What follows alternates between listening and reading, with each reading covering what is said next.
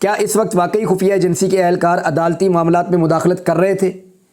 اس وقت جب الزام لگایا تھا شوکت عزیز صدیقی صاحب نے؟ اس کا جواب نہیں مل سکا ہے۔ اگر خفیہ ایجنسی کے اہلکار واقعی عدلیہ کی آزادی کو مجروح کرنے میں ملوث تھے تو کیسے ان کو احتساب کے کٹہرے میں کھڑا کیا جا سکتا ہے تاکہ مستقبل میں ایسے واقعات رونما نہ ہوں؟ وہ یہ کہہ رہے ہیں کہ شوکت عزیز صدیقی اگر سچ بول رہے تھے تو جن لوگوں نے ان کے ساتھ ظلم کیا تھا یا ان کو دباؤ میں لیا تھا ان کے خلاف کیا کارروائی ہوگی، اور اب وہ سچے ثابت ہو چکے ہیں تو کارروائی ان کے خلاف ہونی چاہیے، یہ انہوں نے نقطہ اٹھایا۔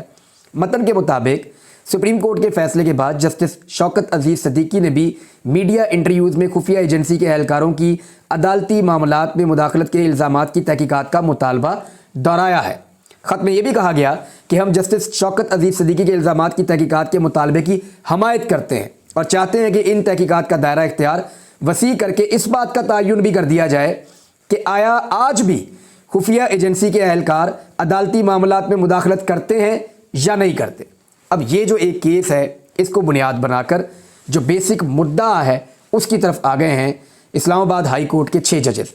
خط میں کہا گیا ہے کہ ججز کا موجودہ کوڈ آف کنڈکٹ اس حوالے سے رہنمائی کرنے سے قاصر ہے کہ ججز کی جانب سے خفیہ اداروں کے اہلکاروں کی جانب سے عدلیہ کی آزادی کو مجروح کرنے کا کیا رد عمل دیا جائے۔ ہم سمجھتے ہیں کہ اس بات کی تحقیقات انتہائی اہم ہے کہ کیا ریاست کی جانب سے عدلیہ کے کام میں مداخلت کی پالیسی اب بھی جاری ہے جس پر خفیہ ایجنسی کے اہلکار عمل درآمد کرواتے ہیں۔ ججز کی جانب سے لکھے گئے خط میں اسلام آباد کی عدلیہ کو خفیہ ایجنسیوں کی جانب سے درپیش دھمکی آمیز واقعات کا بھی ذکر کیا گیا ہے۔ خط میں لکھا گیا کہ اسلام آباد ہائی کورٹ کے 3 رکنی بینچ نے بانی پی ٹی آئی کے خلاف ٹیرین وائٹ کیس کے قابل سماعت ہونے یا نہ ہونے سے متعلق فیصلہ محفوظ کیا تھا۔ اس میں جناب 3 ججز تھے۔ یہ بات میں آپ کو پہلے بھی بتا چکا ہوں کہ سپریم کورٹ آف پاکستان کے ایک بڑے جج صاحب کے داماد کے ڈرائیور نے یہ کیس کیا تھا عمران خان صاحب کے خلاف، اور اس کے اندر بڑے مہنگے 3 بڑے وکیل کیے گئے تھے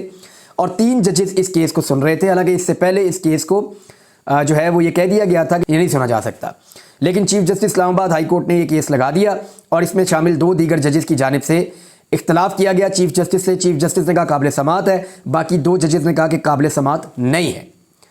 تو خط میں کہا گیا کہ جن ججز کی جانب سے درخواست کو ناقابل سماعت قرار دیا گیا ان کو خفیہ ایجنسیوں کے اہلکاروں کی جانب سے دوستوں اور خاندان کے افراد کے ذریعے سے دھمکیاں دی گئیں اور دباؤ میں لانے کی کوشش کی گئی۔ اچھا، یہ جو معاملہ ہے نا اس کو یاد رکھیے گا، اس کو ابھی تک تقریباً پینڈنگ کیا ہوا ہے چیف جسٹس اسلام آباد ہائی کورٹ نے، اور چیف جسٹس اسلام آباد ہائی کورٹ پہ پاکستان تحریک انصاف بار بار یہ الزام عائد کرتی ہے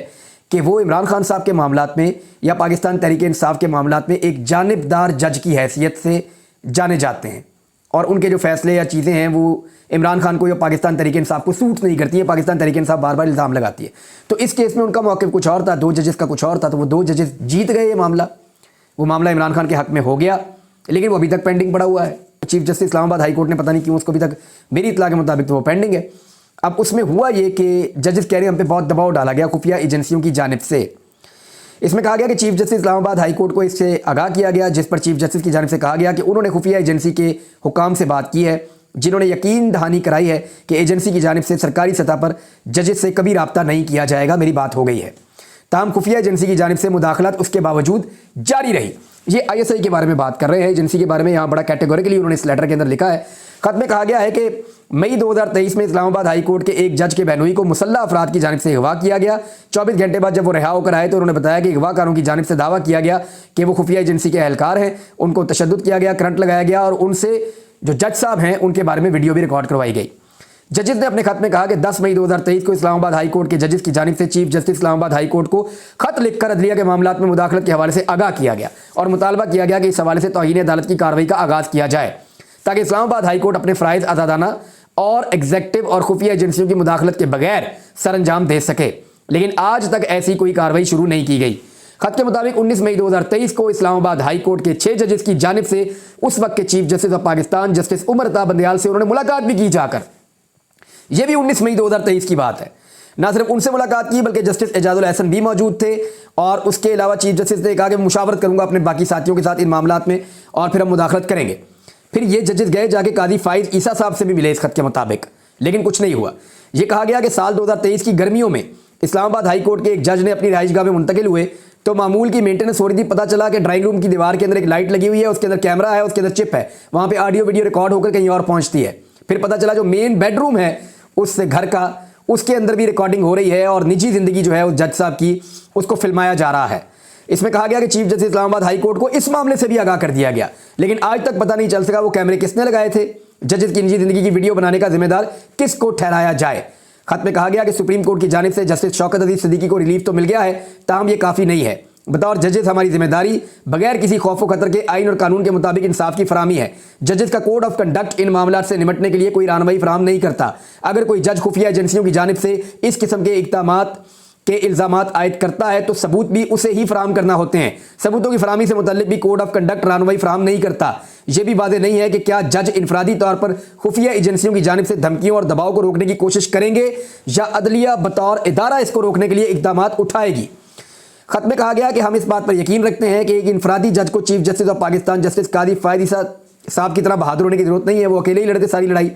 پھر انہوں نے شوکت عزیز صدیقی صاحب کا بھی یہاں پہ حوالہ دیا۔ انہوں نے کہا کہ عدلیہ کی آزادی کو بچانے اور حفاظت کرنے کے لیے پورے ادارے کو جواب دینا ضروری ہے۔ اسلام آباد ہائی کورٹ کے ججز کی جانب سے خط میں کہا گیا کہ ہم درخواست کرتے ہیں کہ عدالتی امور میں انٹیلیجنس اہلکاروں کی مداخلت اور عدلیہ کی آزادی کو مجروح کرنے کے لیے ججوں کو دھمکانے کے معاملے پر غور کرنے کے لیے ایک جوڈیشل کنونشن بلایا جائے۔ اس میں یہ بھی کہا گیا کہ اس طرح کے کنونشن کے بارے میں مزید معلومات ہمیں مل سکتی ہیں کنونشن میں کہ کیا دیگر ہائی کورٹس کے جو ججز ہیں ان کے اوپر بھی اس قسم کے تجربات ہو رہے ہیں یا وہ بھی ایسی صورتحال کا سامنا کر رہے ہیں، اور اگر ایسا ہو رہا ہے تو پھر عدلیہ بہتر فیصلہ کر سکتی ہے کہ کیسے ججز کو یا عدلیہ کو تحفظ فراہم کیا جا سکتا ہے۔ یعنی عدلیہ کی آزادی کو مجروح کرنے والوں کے لیے ذمہ داری کا تعین کرنے کے لیے ایک طریقہ کار وضع کیا جائے اور انفرادی ججوں کے فائدے کے لیے یہ واضح کیا جائے کہ انہیں کب کیا کرنا ہے۔ اب یہ ڈائریکشن مانگی گئی ہے۔ اب پہلے آپ یہ دیکھ لیں کہ جو سپریم جوڈیشل کونسل ہے اس کے اندر ہے کون کون، تاکہ آپ کو آئیڈیا ہو جائے کہ اس کی جو فارمیشن ہے سپریم جوڈیشل کونسل کی وہ کیا ہے۔ سپریم جوڈیشل کونسل کے اندر جو اس وقت 5 جج صاحبان موجود ہیں، میرے پاس یہاں جو رپورٹ موجود ہے اس کے مطابق اس میں چیف جسٹس آف پاکستان قاضی فائد عیسیٰ صاحب ہیں، جسٹس منصور علی شاہ صاحب ہیں، جسٹس منیب اختر صاحب ہیں، یہ 3 سینئر ججز ہیں سپریم کورٹ کے، اور چیف جسٹس عامر فاروق صاحب ہیں، اسلام آباد ہائی کورٹ کے چیف جسٹس ہیں جن کے اوپر پوری چارج شیٹ ہے اس خط کے اندر، اور چیف جسٹس ابراہیم خان صاحب ہیں،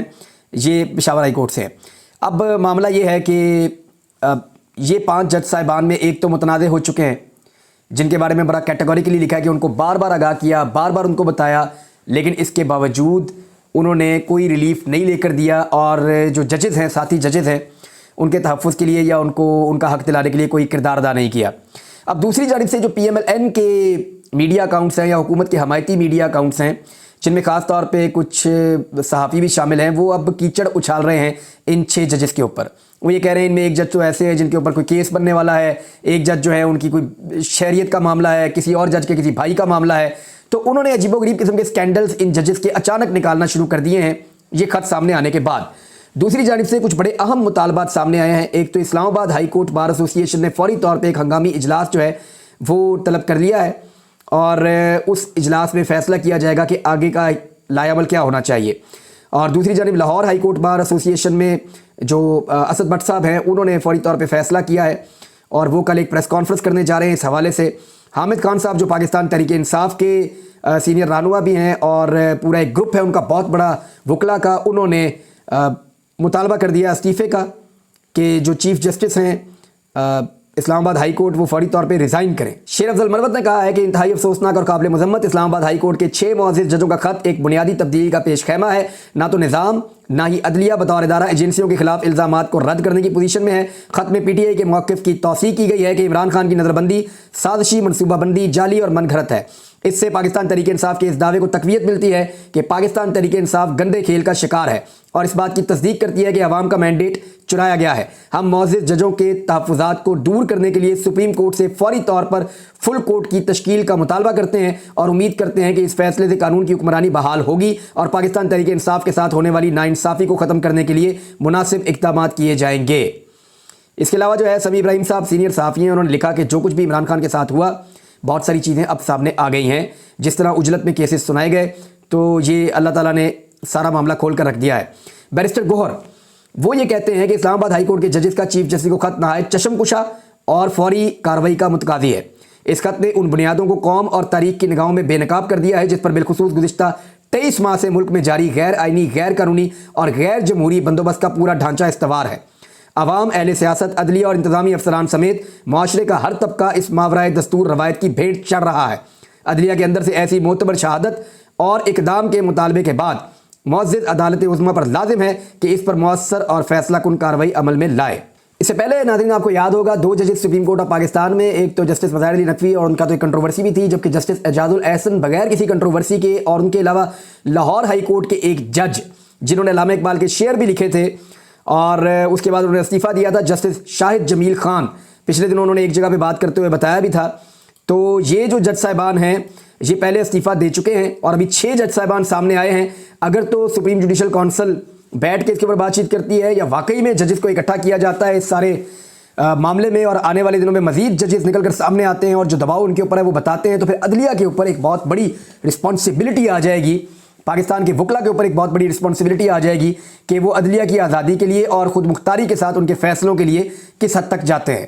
ناظرین خبریں اور بھی بہت ساری ہیں، لیکن یہ خبر اتنی بڑی ہے کہ یہاں مجھے اس ویلاگ کو ختم کرنا پڑے گا یہ کہتے ہوئے کہ یہ بارش کا پہلا قطرہ ہے، اور مجھے ایسا دکھائی دیتا ہے کہ اب یہ معاملہ رکنے کا نہیں ہے۔ اگر اس معاملے کو روکنا ہے تو پھر بہت بڑا تجربہ اس ملک کے ساتھ کرنا ہوگا، اور کیا پاکستان ایک اور بہت بڑے تجربے کا متحمل ہو سکتا ہے؟ اب تک تو تجربات کیے گئے ہیں، لیکن یاد رکھیے گا کہ جو عدلیہ کا معاملہ ہے یہ کبھی بھی اتنا آسان نہیں رہا، وکلا کا معاملہ کبھی بھی اتنا آسان نہیں رہا۔ اس وقت جو بھی حکومت موجود ہے اور جو حکومت کی سہولت کاری کی جا رہی ہے، سارے کے سارے نظام کو ایک بہت بڑے چیلنج کا سامنا کرنا پڑے گا، کیونکہ یہ اونٹ بڑے آرام سے کسی کروٹ نہیں بیٹھے گا، اور یہ معاملہ اتنے آرام سے حل نہیں ہوگا۔ آنے والے دنوں میں اگر مزید ججز کھڑے ہوتے ہیں تو پھر یہ بہت بڑا چیلنج بن جائے گا۔ اب تک کے لیے اتنا ہی، اپنا خیال رکھیے گا، اپنے اس چینل کا بھی۔ اللہ حافظ۔